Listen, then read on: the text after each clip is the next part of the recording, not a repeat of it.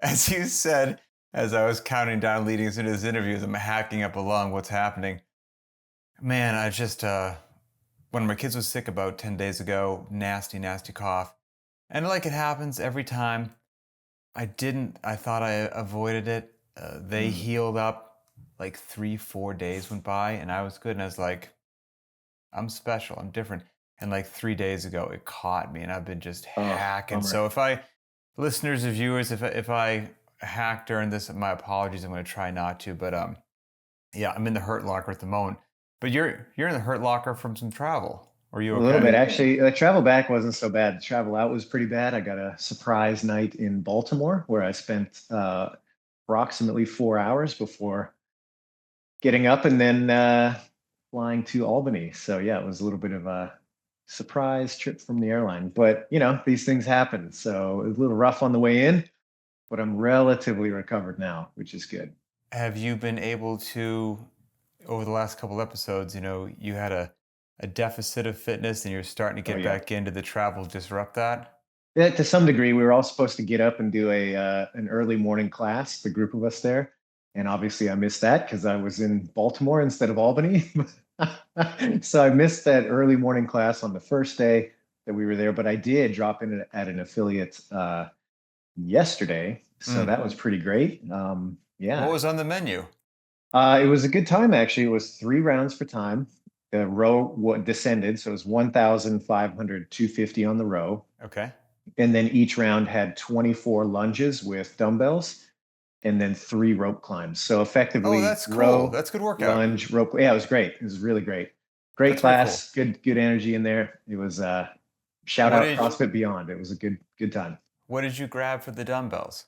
I used 35s. Actually, it was a true moment of maturity, Pat. I knew that I was not in a place where fitness is at an all-time high, and there's a pretty aggressive time cap on the workout. And we were warming up, and I was like, "Those 50s, I don't think they're going to happen." And I stuck with the 35s, and it was just fine. I got It I was got plenty. 24 lunge steps each time? Correct. Oh Yeah, yeah, that paired with rowing, I'm sure you weren't shortchanged in any way, not at shape, or all. form. Nope. And you know what? Hey, just row harder. You know, Yeah, exactly. those Yeah. 35s will feel plenty. I've had today's day three for me. I'm gonna get a rest day tomorrow, thank goodness.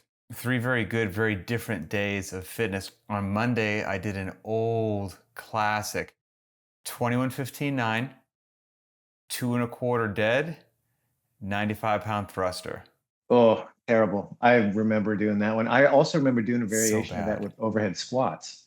Okay. Oh, 225 oh, dead overhead squat and 95. Yeah, so bad. Did that on nasty. Monday. That changed the course of my life. Just that one workout right there. That was it. On Tuesday, We'll let yesterday, the listeners decide whether that's for the good or the bad. But your friend and mine, the 10,000-meter run mm, on nice, just 10K. legs that Yeah, weren't fresh. yeah.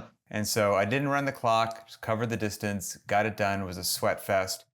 And then, so that was very much longer than the other workout. I was in no loading. And then today was one that, in a weird way, I was almost fearing more than that darn deadlift thruster workout. I've done this one before. It was 21:59 again of pull ups and burpees. Man, that's That's it.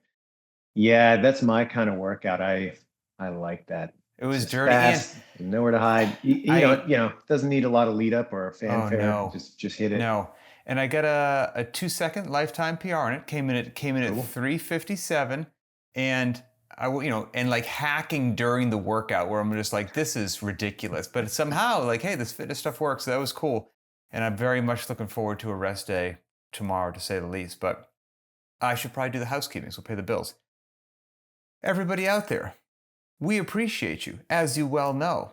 You'd like to help support the show? Go to variednotrandom.com. Check out the cycles that we offer. You could purchase one. It's uploaded right to the btwb app, and then it just helps you achieve whatever goal that happens to be. We've got on-ramp programs for new people for the barbell, dumbbell, and body weight. We've got a whole bunch of get your first strict pull-up, push-up, handstand, push-up, toes to bar, strict ring muscle-up, cool stuff there. Some just engine, some conditioning programs, the 1.5 mile run, then our 12-week long run, bike, row program, There's a great jump rope program, and then some good old barbell stuff as well. If you are a gym owner, you got to do all the stuff to run your business: workout tracking, gym management, and billing. Any kind of gym in the world, BTWB has you covered with their all-in-one. Just go to btwb.com and check that out. So for today's topic, is this one was interesting. We'll chat why in a sec here, but this is from somebody left this on one of our shows on the BTWB YouTube channel from Calsbell Barbell. Episode idea: as a fellow staunch defender and supporter of the CrossFit methodology, I'd be curious to hear your perspective on potential negatives of the methodology. Love and respect you both. Thanks for the content. So right back at you, my friend. Okay. From one staunch supporter or defender to another, if we had to play the other side, potential negatives of the methodology. Very simple question, but I got to be honest, like when I saw this one, I don't want to say it kind of stumped me, but it did a Well, little the bit.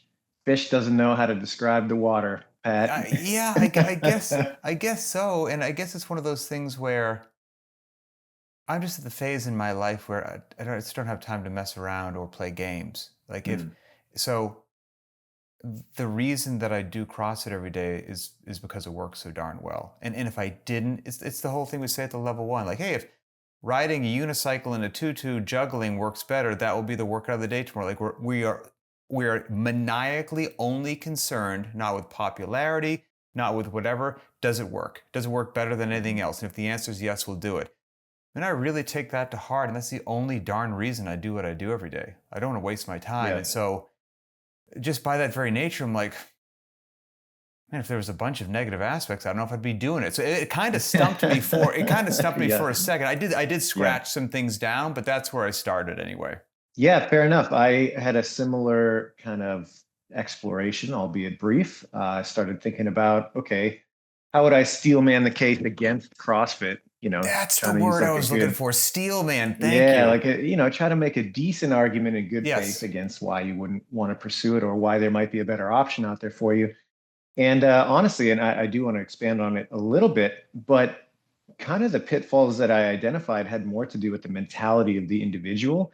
And that could be something that I think anybody in any program is going to fall victim to from time to time. So I don't know that it's unique to CrossFit necessarily, but I'll tell you that. I scratched down in my notes after I did have a couple things I wrote. I'm not sure these are issues with the methodology or just Sure, people and their the application individual. of it. Yep. So I So don't know. yeah, it'll be interesting to see how much overlap we got there. But I did have one kind of concrete thing. And I think to kind of play off of what you just said, you've got and I think I do too, and I think many CrossFitters share this also. We've got a pretty good understanding of what it is that we want out of the program, and that is fitness. I want general fitness. I want to be good across the board. I don't care about having a monster deadlift if it means that I can't go and chop down trees and drag them out of the forest all day. Or do the And like, 10K. exactly. It doesn't matter to me or on the inverse, it doesn't matter to me if I have an amazing 10K, but I can't do a pull up. I don't care about those kind of single faceted expressions of fitness. On the other hand, though, there are plenty of people that do, and that is what motivates them, and that is what they're after. And they do want that monster deadlift at all costs. That to me would probably be the strongest concrete argument against a program like CrossFit is no, I'm singularly focused on one aspect of physicality, and I have clearly defined that for myself. Okay, well, in that case, CrossFit might not be for you because categorically we're talking about different things at that point. So, yeah, I want to be a professional strongman. Well, guess what? CrossFit as written is probably not for you. It might be something that you borrow concepts from time to time, but yeah, it's not going to get you there. And so those types of things, I think, are probably the strongest argument against a program like CrossFit. But in order to really make that applicable, you have to know what it is that you actually want out of your training program. And for guys like me and you, it's like, well, it's pretty clear what we want. We want a well-rounded base of fitness that can be generally applied. That would mean, yes. I mean, it's funny. The first one I wrote down was a misunderstanding of GPP and fitness. Sure. And I just said, that maybe you have a goal that is more in line with being a specialist versus a generalist. You're like, I'm going to get into this local CrossFit gym because you know what? My whole life I've wanted a 300-pound deadlift a 300-pound bench press like every other man walking the planet, and the 5 p.m. class is going to give it to me. Well, Yeah. it might. I mean, don't Hmm. get me wrong. Actually, one of the things that chaps my behind more than anything else is people who just think CrossFit is just conditioning and you won't get strong doing CrossFit. There's a whole nother rabbit hole, drives me crazy. Like, you will get really strong and you might actually get that. But if that is your singular deal, no, probably not. Like you said, it's just, I'm going to measure all this by just my lifting numbers, or I'm just a marathon. Like, I have this singular, more specialist versus generalist. So I think, that's great, but you have a misunderstanding of what CrossFit defines as fitness, what we define as GPP, and therefore what the entire intent and goal of the methodology is supposed to deliver to the class, each day, or to Yeah. the athletes, to be that well-rounded person that, you will excel in many, many areas, but you might not be the top 5% in any of them Mhm. compared to somebody who just powerlifts, who just runs, who just Olympic Yeah. lifts, who just fills in the blank. But you'll be darn capable all around, but you just don't have that understanding. And yeah, that might leave you feeling that this methodology didn't deliver what I hoped because I had something different in my head when I say the word fitness. Yeah. It's funny, I agree with all of that. I'll also take the opposite argument. And so, initially, I think the strong case is, hey, I want to be very specific and therefore CrossFit's not for me. I'll also say, and I think this is specific to CrossFit in 2025, or maybe the last like modern era of CrossFit, whatever you want to pin that on as a date. Okay. All right. Yep. And that is an unwillingness to explore beyond the codified version of what people think CrossFit is right now. And to me, it's really interesting that it's become this kind of like hard set thing. It's like, these are the movements that we do. We don't really branch out beyond that. And I'm not saying all people, but like a lot of people take that tack when you're talking about CrossFit. It's become its own thing that's kind of shoehorned in with some really extremely defined parameters in some way. And I think that's a shame. And I'll go back down memory lane a little bit here and tell you about one of the most inspiring, I think it was either a CrossFit Journal article or a video. I can't remember because it's that long ago. But it was on the main site, and I believe it did pop up in the journal eventually. This is circa 2006 or seven, maybe. And it was basically just a quick little throwaway article about a bunch of athletes that were training at CrossFit Santa Cruz. And they went up and they did a field trip to a gymnastics gym and just like played around for an afternoon. And the whole thrust of the article was like, or at least that I took away from, and I thought was very inspiring, was like, hey, here's a group of people that have no interest in gymnastics really, other than like the fitness benefits they get. But as a sport, they're Mm-hmm. not looking to take on adult gymnastics or anything like that. But what they were all really obviously curious and passionate about was like, hey, I have a general physicality. How can I apply that? Like, just out of genuine curiosity of like, okay, well, I do pull-ups in the gym. I do deadlifts to like get stronger. I have these kind of coordination movements that I throw in there, et cetera. How do I respond when I get thrown into something that I'm like learning for the first time? And just that like physical curiosity was so apparent to me. And I was like, man, what a cool thing to have. Further exemplified that platform of fitness that you can use, even if you don't pursue it, maybe even more than once in this case. The fact that you can go out there and just have fun with it, I think is something that unfortunately I don't see it as much these days. And it bums Maybe me out. maybe linked to that. This isn't something that I had written down, but what you just said just got my mind spinning based upon a word that you said. However you want to define it, the modern, CrossFit in 2025, maybe the last 5 years, whenever, we can't quite define when that started, but almost the death of curiosity, the death of fitness Mhm. curiosity. Like you said, Yeah. is staunch, it's rigid.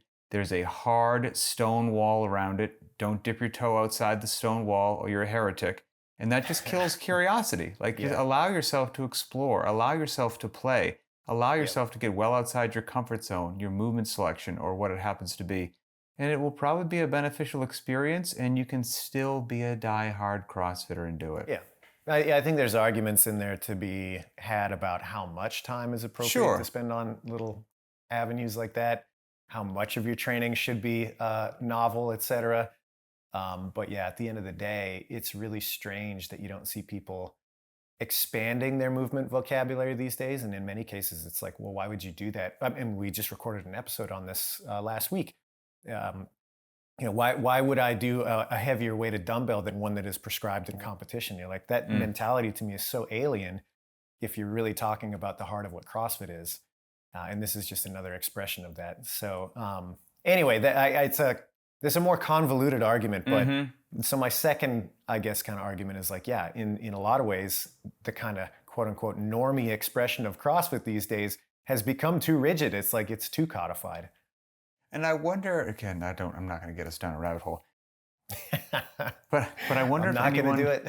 I wonder if anyone, even unknowingly, became really rigid and staunch and overly protective and almost closed-minded to a degree of what it is and what it isn't, because you go everywhere these days and everyone's doing some kind of functional fitness. Sure. Everyone's got a functional training area that if they don't hold on to something and try to like close the gates to some degree, then it blends everywhere. And then, well, is everyone doing CrossFit or is no one doing CrossFit? Everyone's just doing functional fitness. So what's the difference over there? They don't call it that. And we call it this. Well, why is it different? I do functional training down the road for half the price. Well, and I think so maybe some people even knowingly like their guard is up, and again, those are just random thoughts. I've got no idea if they're valid. No, I think that's true. I think what it comes down to, I think both expressions of it, meaning on the one hand, somebody who is super rigid, these are the defined movements, we're not standing outside of this box.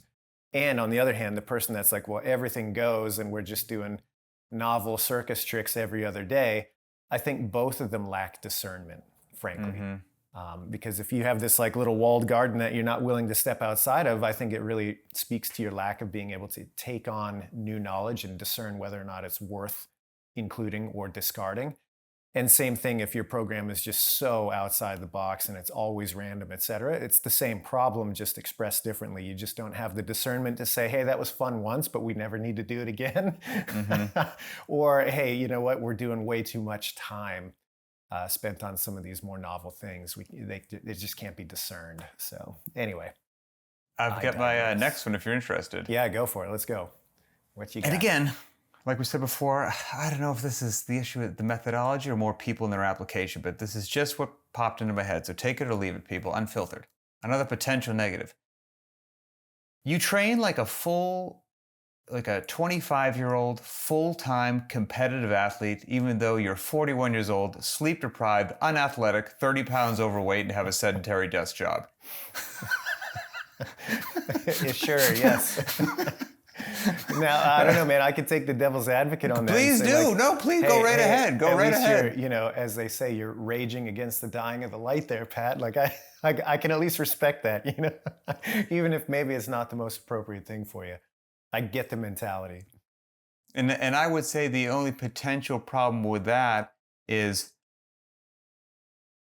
I receive a large number of these people into my community who report stories of poor that road leads to some place that's not good, and so it's usually a limited shelf life for the athlete that has bought into doing way too much training into some sort of a need that does not in any way, shape, or form resemble reality or where they are on their mechanics, consistency, and intensity journey, and have fully bought into a more is better approach. And that's what CrossFit has to be based upon whether it's social media or a documentary or whatever, and they go all in and then they burn out, and they're that person that I've mentioned before on various shows of when I sit down in the stands watching one of my kids' games and CrossFit comes up eventually, and we talk to the other dads, and the story's usually so-and-so did that for a while, I don't anymore.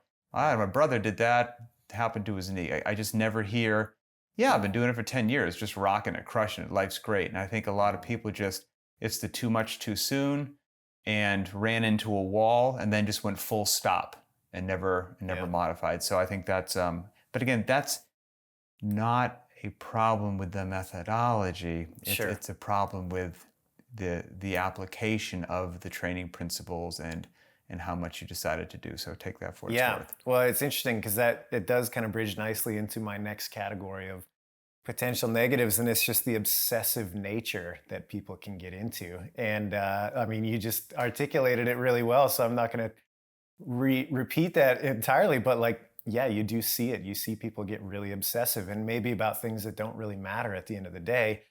And then they convince themselves that more is better mentality, or that they're never doing enough, or that, that's the only path to move forward is just more, more, more, more, more. But in fairness, yeah, that happens a lot in certain CrossFit applications, but that happens a lot across the fitness industry, period. And so it's interesting to think about that in the way that, I mean, man, you take some of these particularly more extreme expressions of fitness, like you take a power lifter who's like really in that world. You take an ultra marathon runner who's really in that world.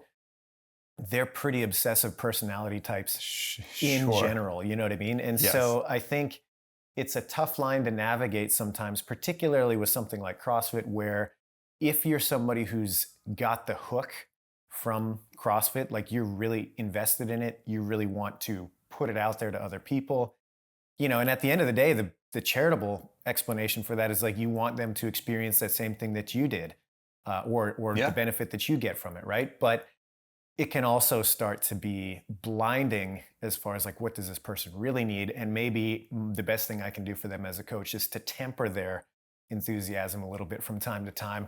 And that can be difficult if it's something that you truly believe in and you really want to like push on other people. So it takes a little bit of maturity to recognize when, okay, we got to pump the brakes here. It doesn't mean I'm any less enthusiastic about this.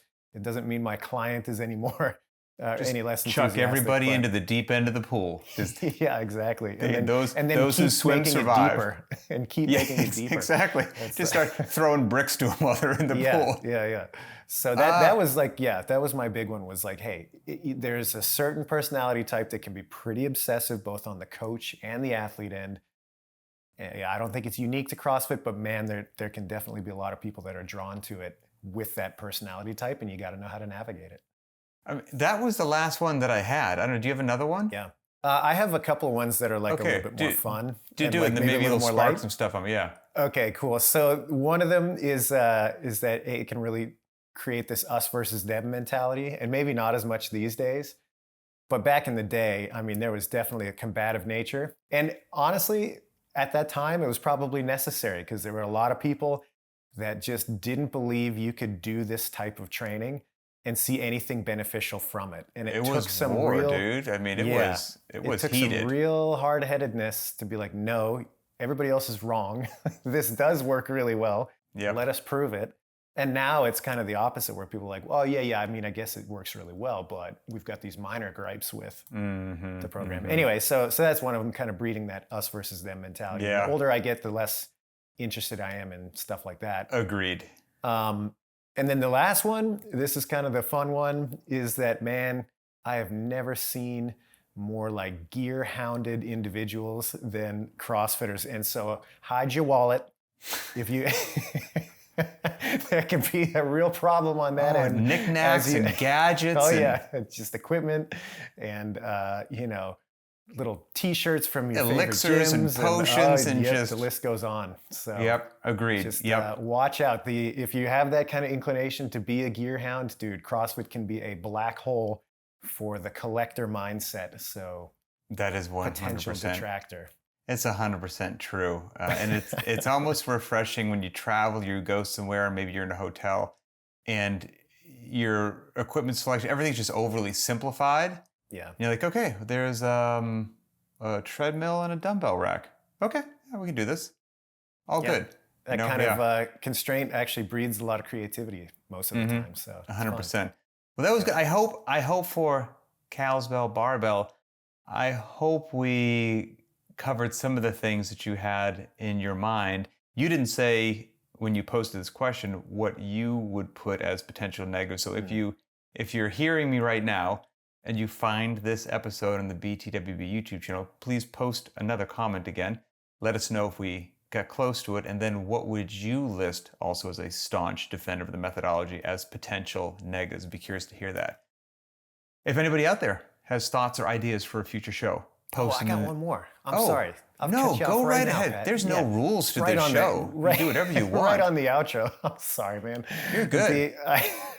It actually just came to me. And this could be a potential negative. I don't think you and I view it as a negative, but if you're going to do CrossFit and you're going to be serious about it, you have to be in it for a relatively long period of time to get competency across the range of skills that you'll be exposed to. And so there is, that's a fair point. At the outset, there has to be, and maybe it's not conscious, but like there has to be a certain acceptance of like, okay, this is a pretty big investment of my time and energy and attention, because there is a lot to cover and get good at. And I think, frankly, and like this or not, I think most people, when they're taking a look at like exercise, they're not willing to be that invested. And so it can be a hard sell for somebody to be like, hey, look, you're going to have to accept being a beginner at a lot of different things, and it's going to take a ton of your time to invest to get competent here, where most people are like, just throw me on the treadmill and let me breathe hard. That's a great point that I didn't think of, but it's very obvious when you say that. However you want to define it, you could say that there's a high barrier to entry to doing CrossFit. Now you could say, well, no, there's not. We have a great on-ramp program. You can scale. Like, sure. I obviously get that. But yeah, when you compare and contrast to just sitting on a Nautilus machine, switching a pin and pushing against it, like you can hop on any machine and the range of motion is controlled for you. Mm-hmm. It stabilizes your core, to some degree. And you're like, okay, you're going to have to learn how to air squat, overhead squat, the power clean, the hang squat clean, the thruster. We're going to snatch. We're going to do ring muscle ups. There's somebody handstand walking over there. And oh, by the way, it's going to hurt when we burn it down on some of these couplets. So you better be ready to dance with the devil of just fire in your lungs. And you're like, whoa, whoa, whoa. And guess what? That never goes away. The better you get at just managing. It never goes away. It's like great Greg Glassman lines. So it never gets any easier. Times just get faster. Sure. Right. I mean, after 20 years of doing this, I did that stupid simple couplet in my garage today of the 2159 of pull-ups and burpees, and was just laid out on the floor hyperventilating. 20 years later, like it burns like it did on day one. There's no change to it. So you got to be willing to. Now that comes with great benefits. Sure. But, however, some people don't want that smoke, Pat, and I get it. It makes sense. Yeah. So no, that's a great one, 100%. Let us know what everybody thinks. Got an idea for a new show? Post it there in the comments. Or if you want to be anonymous, you can send it to the Very Not Random Instagram account as a direct message. Or you can post something publicly on the Very Not Random Instagram account. We'll see all those things. And they drive the content of the show. So we appreciate everybody out there. For Adrian Bosman, I'm Pat Sherwood, and we will see you next time.